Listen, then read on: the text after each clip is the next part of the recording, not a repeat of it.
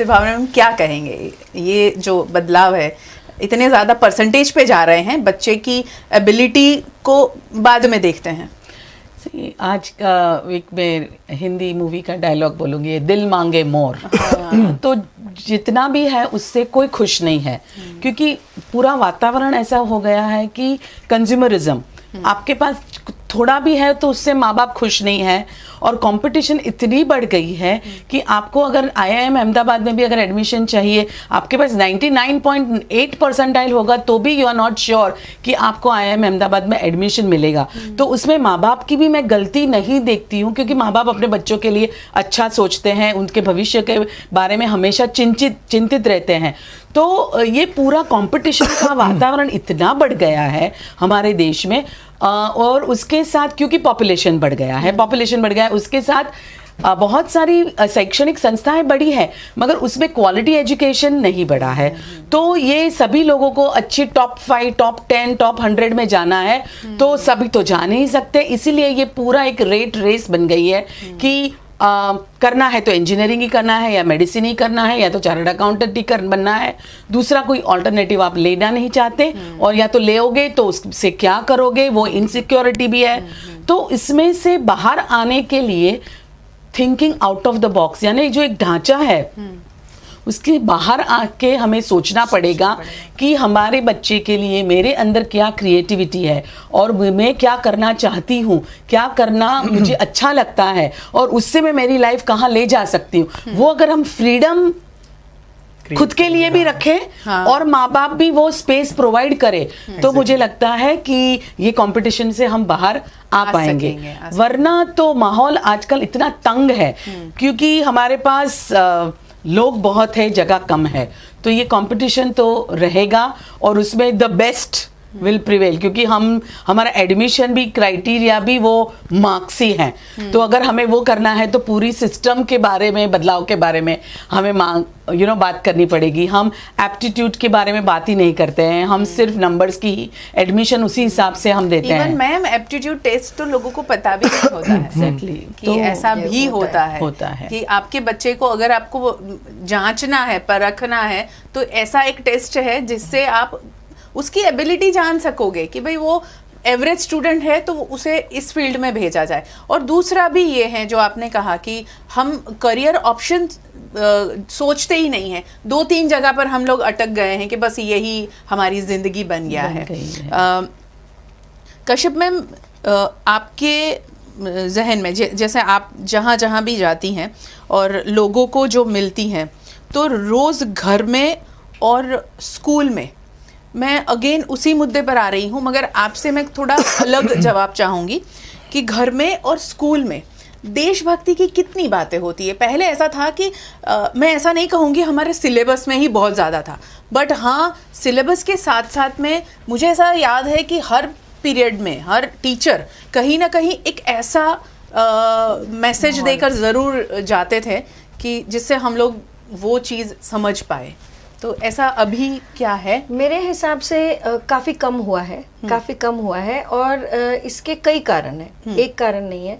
और जैसे इन्होंने बताया भावना बहन ने कि कंपटीशन इतनी बढ़ गई है, एक रैट रेस बन गई है ज़िंदगी, और बच्चे जो है माँ बाप से सीखते हैं, अपने टीचर से सीखते हैं, आसपास की दुनिया से सीखते हैं।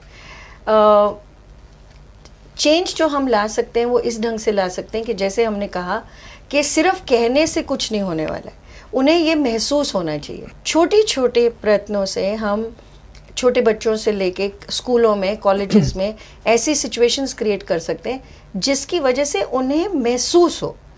और जो बात आज की है वो हम बहुत कमर्शियल हो गए हैं, बहुत मटीरियलिस्टिक हो गए हैं, और इंसानियत, मैं कहती हूँ कि आप चाहे कितने भी बड़े डेजिग्नेशन पे ना हो, अगर आप अच्छे इंसान नहीं हैं तो आप देश को कंट्रीब्यूट कर ही नहीं सकते। बहुत सिंपल और सादी सी बात है। तो ये इंसानियत अगर हम कहें तो कैसे सिखा सकते हैं? You can not teach it, but it has to be put into the environment. आप एनवायरनमेंट में छोटे छोटे ढंग में जब डालोगे और बच्चा जब वो देखेगा कि ऑनेस्टी की बात अगर हम ले लें, करप्शन फ्री इंडिया की बात अगर ले लें, आपने कहा वातावरण की और एनवायरनमेंट की बात ले लें, तो बच्चा देख के करेगा। सिंपली वो टेक्स्ट बुक में डालने से या 2 मिनट का। और दूसरी बात क्या है, आजकल सब कुछ सिंबॉलिक हो गया है। मैंने कितने बच्चों से बात की, और अभी शायद अगर कोई सुन भी रहे होंगे, हमारे ज़माने में हम बहुत खुश होके जाते थे 15 अगस्त को फ्लैग होस्टिंग के लिए। आजकल और माँ बाप भी घर में रहने नहीं देते थे, बोले ये तुम्हारी ड्यूटी है, ड्यूटी है, ठीक है, जाना ही पड़ेगा। दूसरी बात कि I am the daughter of an army officer, तो जब उन्होंने वो गाना गाया you know for the soldiers, so it struck a different chord for me because my father was in the infantry and has fought 3 wars for the country, right? तो वो हम वो आज भी अगर कुछ बात करते हैं तो वो हमें असर करती है।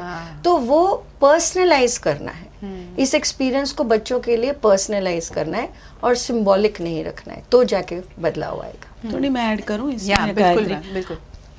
मैं अगर मेरे बचपन को याद करूँ तो जब 15 अगस्त होती थी, 26 जनवरी होती थी, तो सुबह 7 बजे वो पहले तो ब्लैक एंड वाइट टीवी, तो black and white TV on कर लेंगे पिताजी, और यू नो सॉन्ग्स वो पूरे जब दिल्ली में बजते हैं वो पूरे घर में वो ही माहौल रहेगा।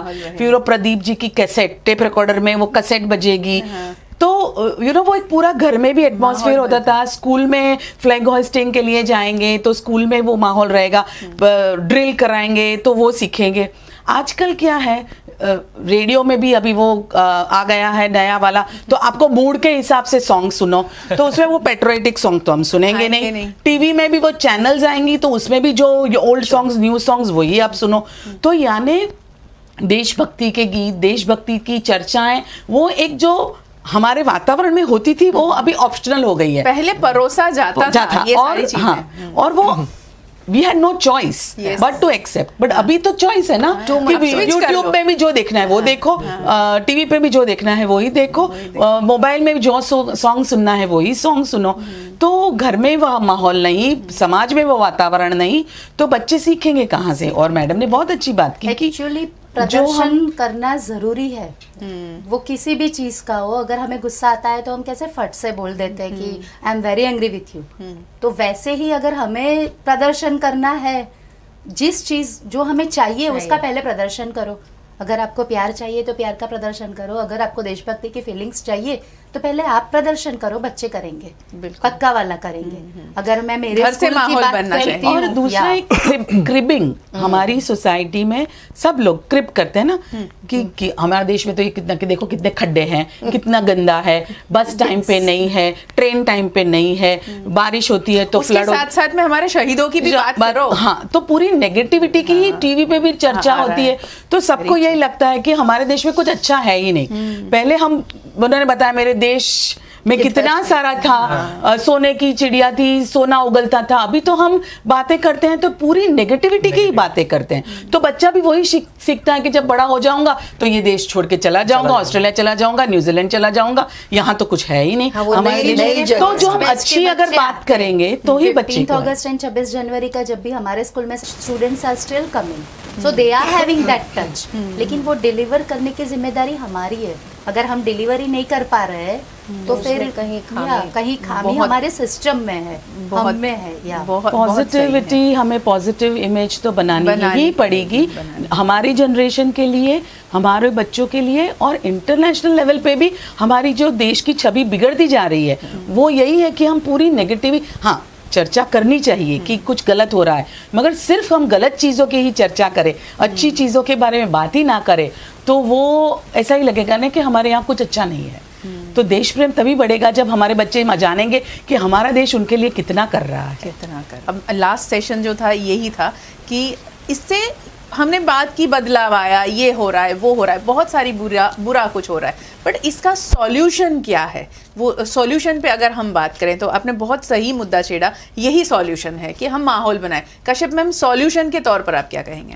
मैंने एक छोटी सी कविता लिखी है, गुस्ताखी माफ अगर उसमें कुछ गलतियां हो, because I am more natural with English, but when you told me that I have to come, I have tried something in Hindi. Okay. तो जितने यहाँ पे हिंदी भाषी हैं और जो देखने वाले दर्शक हैं वो भी प्लीज माफ करिएगा अगर गलतियाँ की हों।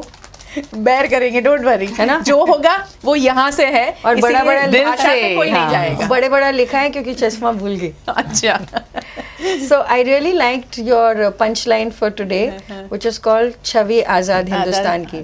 So I'll just read it out to you. छवि आज़ाद हिंदुस्तान की जो मन में बसी है, छवि उन अनगिनत योद्धाओं की जिन्होंने देश को नई दिशा दी है. इस चित्र में उज्जवल रंग भरने के लिए आज की पीढ़ी तैयार खड़ी है.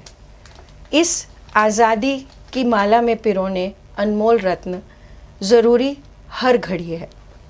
आज की पीढ़ी को न समझो कमज़ोर, मार्गदर्शक हो सही तो कोई मंजिल दूर नहीं. अरे वाह, क्या बात है, यहाँ कोई भी गलती नहीं है।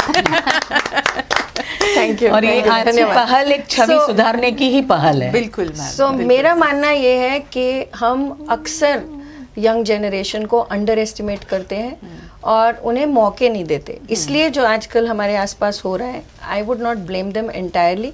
अगर हम थोड़ा चेंज लाएंगे तो वो भी चेंज करेंगे, लेकिन लॉजिकली. जैसे इन्होंने शुरू में कहा प्रश्न पूछे हैं तो लॉजिकल जवाब होना चाहिए. होना चाहिए, होना चाहिए. और गायत्री मैम उनकी क्या कहेंगे क्रिएटिविटी solution को के तौर बाहर पर? लाने का मौका देना चाहिए. देना चाहिए, बिल्कुल. क्या वी कहेंगे? Have to, as I told you, कि प्रदर्शन बहुत जरूरी है. अगर पापा ने कुछ किया है तो बच्चा उसी को कॉपी करेगा, बिकॉज उसी को फॉलो करेगा. पापा स्विच ऑफ करते हैं तो बच्चा डेफिनेटली करेगा. तो वहीं से देशभक्ति शुरू हो जाती है. एज वी टॉक अर्लियर कि छोटी छोटी बातों में ही ऐड ऑन करना चाहिए. तो बस ये छोटी छोटी बातें बच्चों को एज अ प्रदर्शन करो, उन्हें सलाह मत करो. आज के यूथ को एडवाइस नहीं करो, उनके साथ चलो. गुजराती में એવું કહેવાય, સલાહ નહીં સહકાર આપો. So I would stick to that कि we have to be in with them. उनके साथ फ्रेंडशिप बनाकर अगर उनके साथ चले डेफिनेटली आई वुड से, मुझे पता नहीं लेकिन मुझे ऐसा लगता है कि आज का यूथ है वो किसी भी नई चीज को बहुत जल्दी एक्सेप्ट करता है, चाहे वो कितनी भी पुरानी हो. पहले एक दौर चला था कि न्यूक्लियर फैमिली आए थे, लेकिन अगर आज के यूथ के ट्रेंड को देखें तो they believe more in joint family. That shows के दे आर मोर सेंसिबल. बस उन्हें सही टर्न दे दिया, फाइन ट्यूनिंग अगर ठीक से हो गया ना सिस्टम में तो तो बहुत अच्छा एब्सोल्युटली फाइन, सब कुछ अच्छा ही होगा. And youth is our future. तो उनको दिमाग में रखकर अगर आप कुछ भी प्लान कर रहे हो, एक छोटी सी पार्टी भी प्लान कर रहे हो तो उसको भी प्लान करो कि आप किसके लिए प्लान कर रहे हो, कौन से फ्रेंड्स आने वाले हैं. उनको उतना अटेंशन देना ज़रूरी है. They need our time. हमारे पास टाइम नहीं होता, we all are working, we all are busy. तो एक क्वालिटी टाइम जो मैटर करता है, वो बहुत जरूरी है. पेरेंट्स अगर वो देना शुरू करें, टीचर्स भी. पहले ऐसा था कि 35 मिनट्स 40 मिनट्स का लेक्चर होता था, लेकिन अब क्या होता है, पढ़ाई के लिए 20 मिनट होती है, बाकी you have to spare a quality time with students. Then only वो 20 मिनट वो पढ़ेंगे. और वैसे भी हम हिंदुस्तानी है ना, हंटर की भाषा पसंद नहीं करते. हम एक्सेप्ट करेंगे ही नहीं उस बात को. आज सवेरे का ही मैं एग्जांपल दूंगी. हमारे ऑफिस में भरत भाई यहीं खड़े हैं. हमारे ऑफिस में हर रोज सवेरे जो मीटिंग होती है, तो भरत भाई हमारे सीनियर कैमरामैन हैं, तो पुराने हैं, तो वो सबको जो जिस तरह वो ट्रीट करते हैं, कहीं कहीं गुस्से में आ जाते हैं. वो कश्यप मैम की थोड़ी सी आदत के हैं वो. तो मैंने वही कहा कि आप प्यार से जो सिखाओगे ना, वो सामने वाला सीख जाएगा. अगर आप ये सोचो, करना मत सिखाओ. बिल्कुल बिल्कुल, उनको साथ लेकर चलो, दे विल फॉलो यू. ये बहुत इम्पोर्टेंट है. बहुत कभी कभी बगावत जरूरी है. नहीं तो आज ये आज की बात आ गई. नहीं तो भरत भाई आज अंग्रेज गए ना होते. बगावत तब जरूरी. नहीं, गांधी जी को follow किया तो रिवॉल्यूशन जरूरी है. रिवॉल्यूशन जरूरी है, और वो यंग जनरेशन ही लाएगा. अगर दुनिया को बदलना है तो वो युवा ही बदल पाएगा. और वो हमें युवा शक्ति में हमें वो विश्वास रखना. आप हम उन पे बिलीव करेंगे ना, तो डेफिनेटली वो ऐसा सोचेंगे कि नहीं, इन्होंने मुझ पे विश्वास किया है तो मैं विश्वास न तोड़ूं और मैं कुछ करूं. स्टार्टअप होता है केजी से. बिल्कुल, हम ट्राई करते हैं कि हम अभी कॉलेज में आ गया ना, उसको सिखाओ, नहीं हो सकता. नहीं. अब केजी से जो उसमें बोओगे वो ही उगने वाला है. सही बात. तो वो बहुत जरूरी है कि हम पहले से शुरुआत करें, और तभी से वो जो फॉलो करेगा वो उसकी लाइफ हो जाएगी. हाँ, वो पौधा है, उसको सही खाद दी जाए तभी वो बहुत अच्छा पनपेगा। बिल्कुल सही है। और कार्यक्रम को विराम दे उससे पहले एक गाना और सागर से सुनेंगे। सागर, क्या सुनाएंगे? काफी सारी यूथ की बात हुई है, तो उसी के रिलेटेड ये देश है वीर जवानों का, अलबेलों का, मस्तानों का, इस देश का या तो क्या कहना। हो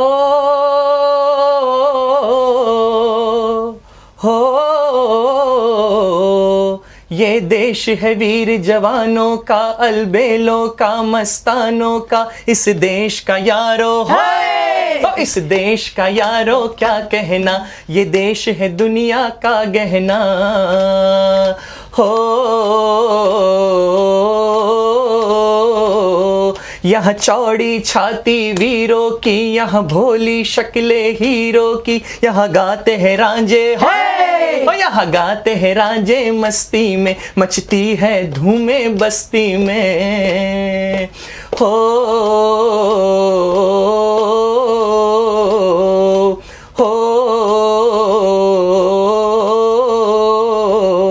दिलबर के लिए दिलदार है हम, दुश्मन के लिए तलवार है हम, मैदान में अगर हम मैदान में अगर हम डट जाएं, मुश्किल है तो पीछे हट जाएं।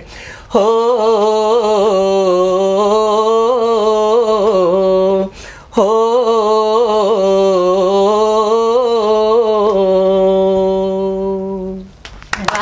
Very nice, very nice. माहौल बना दिया सागर, बहुत मज़ा आया। और ये तो खास करके हमारे देश के, हमारा देश जवान देश है एक्चुअली, और इन हमारे देश के सभी युवाओं के लिए सागर ने जो गीत गाया है, और हम सब उनमें बिलीव करना सीख जाएंगे, करते ही हैं, मगर कभी कभी क्या होता है, इनसे कुछ नहीं होगा, ये जो बात है ना, ये लाइन मत बोला करिए, उन्हीं से ही सब कुछ होगा और उन्हीं से ही हमारा भविष्य भी उतना ही उज्जवल है। तो विश्वास करें हमारे युवाओं में, सपोर्ट करें युवाओं को, और उनको आगे बढ़ने के लिए ऐसे किस्से सुनाए जाएं जिससे उनका मॉरल इतना ज़्यादा बूस्ट हो कि उनके लिए, हम घर वाले तो आइडियल है ही, मगर एक ऐसे व्यक्तियों से उनको रूबरू कराया जाए।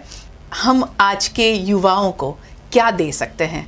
नेगेटिविटी से शुरू हुई थी बात, पॉजिटिव बातों पे हमने ख़त्म की है, तो और आगे यही पॉजिटिविटी को हम लोग बरकरार रखें और हमारे युवाओं को प्रोत्साहित करते रहें। यही उम्मीद के साथ मैं आपका सबका धन्यवाद करती हूँ। थैंक यू सो मच, आप लोग आए और आपकी बातें हमसे शेयर की। सागर, थैंक यू सो मच। आपकी आवाज़ के जो आज सूर ताल यहाँ आपने छेड़ दिए, थैंक यू सो मच, बहुत मज़ा आया। नमस्कार।